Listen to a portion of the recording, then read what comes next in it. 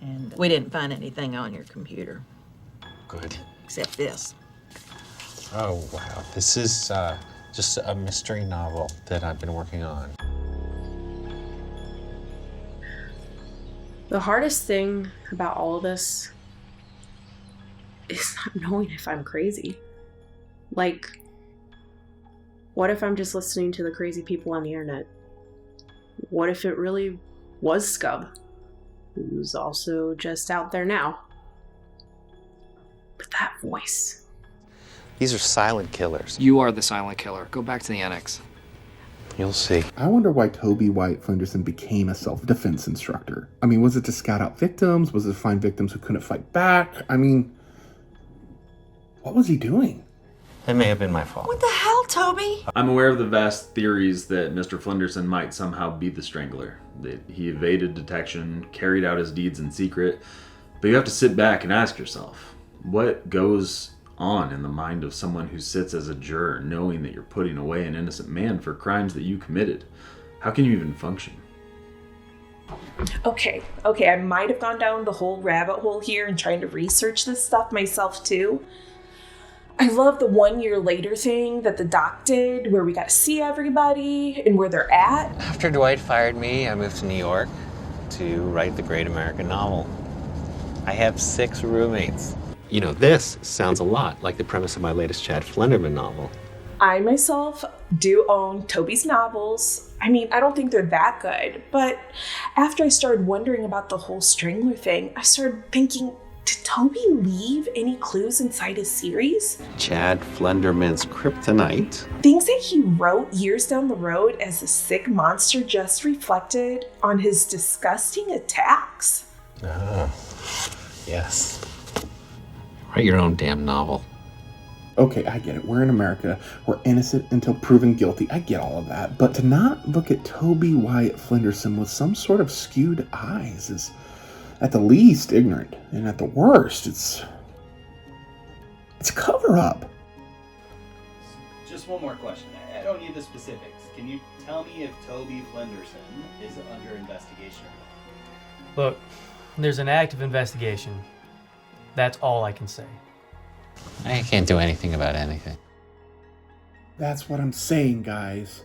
That's what I'm saying. They don't want to look at Toby Wyatt Flenderson because they were so set on thinking this is the guy. Maybe something's going to pay off if they pinned it on Scub. Are you the Scranton Strangler? No. Here's what I know is Toby Wyatt Flenderson has the single largest evidence piled against him. That's including anyone, including George Scub. I can tell you that.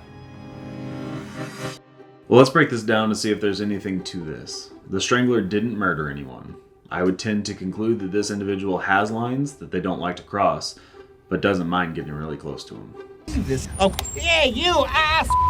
Toby, you gonna eat all that dog food yourself?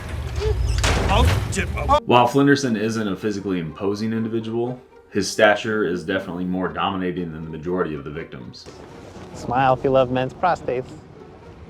Is there a reason to suspect that Toby might feel the need to lash out? Hey, Jim. Not now, Toby, my God! Jesus. Get the hell out of here, idiot. Pretty nice rubs there. Why? No, I wouldn't say I have a passion for HR. No! Ow! See ya. Well, of course there was. He does fit the height range the police concluded the Strangler to be based on eyewitness accounts and physical evidence. But the deeper stuff? Would I say this individual is struggling for some sense of control in his life? Does anyone have a camera here? Well, I'm not his personal psychologist, but from the limited perspective that I can see in the documentary, I don't think it's far-fetched to believe that Toby might feel desperate to exhibit some control over otherwise spiraling factors. That's how all the goofing around at Pam's desk and hanging out with Pam was finally caught up to him. You know, with Pam. That, coupled with desperation fueled by loneliness, I think that the psych profile makes sense here.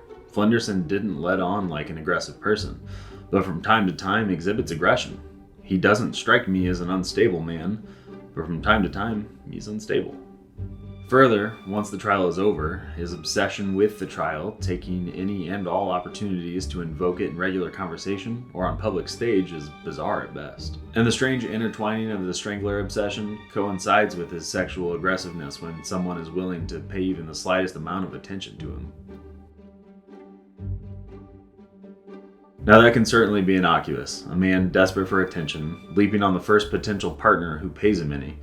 And that's not even touching on his narcissistic tendencies. Are you me?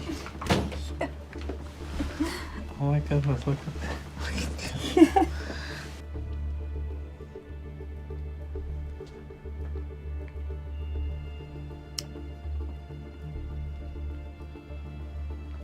I don't know if I believe it, but I am a fan of the hard-boiled detective novel.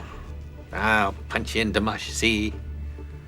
Even his novels, in which he's the titular hero character, performing investigations against heinous criminals, does either speak to his guilt or maybe his pride. That is to say, and this is speculation, that he's relishing in the fact he committed these crimes that no one could possibly ever solve, except himself. Toby. So let's look at some more evidence that we have right here. Toby, from day one of the documentary, clearly isn't happy. His job, he's mocked, he's mistreated, he's not taken very seriously, guys. Yep, it's all connected. These stranglings occur for a while, and a whole city is just abuzz. Scuff says he was trying to lead the police to the real Strangler. Like, that's going to help you, bud. They've already pinned it on you. They already knew in their minds who they were going to grab. Grandpa, where were you the day the Scranton Strangler was caught? Well, I was there, kiddo. I was there. Where was Toby on that day? Everyone's sitting around Toby's desk watching the drama unfold at Toby's area, and Toby gets a strange phone call. Isn't it obvious that the car is heading towards Dunder Mifflin and he gets a phone call? Who's calling you, Toby? What's going on? Creed wasn't there too, and that's also pretty suspicious. Then all of a sudden, Toby's standing as a juror in the Strangler's trial. I mean, how does that even happen? Unless the evidence is planted and it's a conspiracy against you from the beginning. But beyond that, how hard is it to convince all the other jurors, Toby Wyatt Flenderson, that the real Strangler is in there with them and the false Strangler is about to be accused of murder? How hard is it to do that when you're the juror? The dominoes was stacked up against Scub from the beginning. So he put Scub away, guy, like, bye-bye.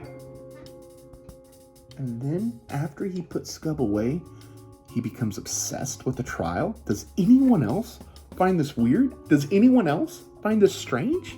I know I do. The dude won't even enter a church. He gets strangled by the Strangler in jail. And I think he went there like this smug little D-bag, starting chiding Scub, and Scub had to defend himself. And have you read those Chad Flenderman novels? Who gets obsessed with a case like this? Unless it's your own. Page 323, The Passions of an Average Housefly. A Chad Flenderman novel. Chad, now reflecting on all the crimes he solved, the ones he's caught, the ones that got away, was stricken with one single thought, as though all consciousness faded around him, sinking into the abyss of his mind, facing who he really was. What's he really done? The people he's lied to, the people he's hurt, the double life he's led.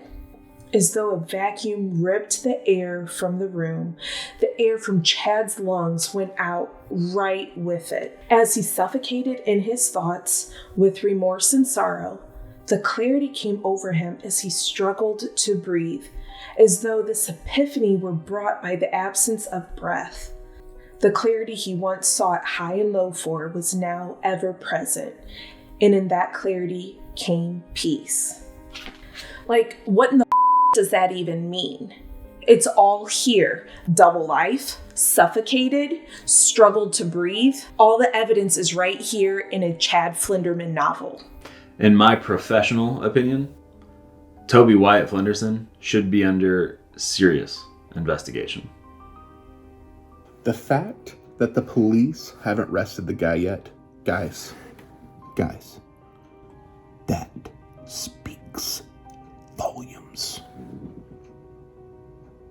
Maybe we'll never know who actually did it.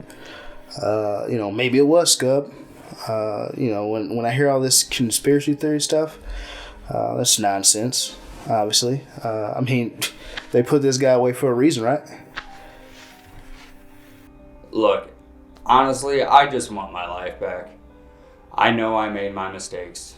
I did my time, but real people were strangled here, and the culprit is still out there, just living his life when mine has literally been ripped from me. As soon as this investigation is over, I'm putting in the paperwork to get my name changed, and I'm getting out of this town for good.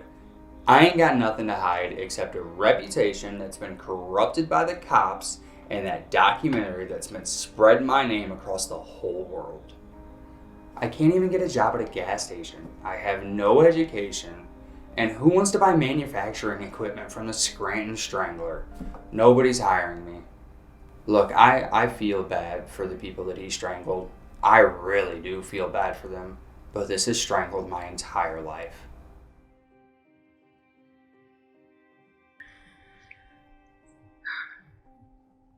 I want this to end.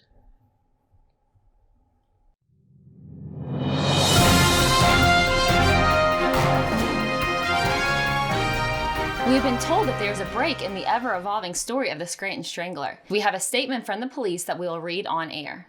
I'm now going to read the statement from the Scranton PD. In a coordination between multiple law enforcement agencies, contractors, and the victims, an arrest has been made in the Scranton Strangler case.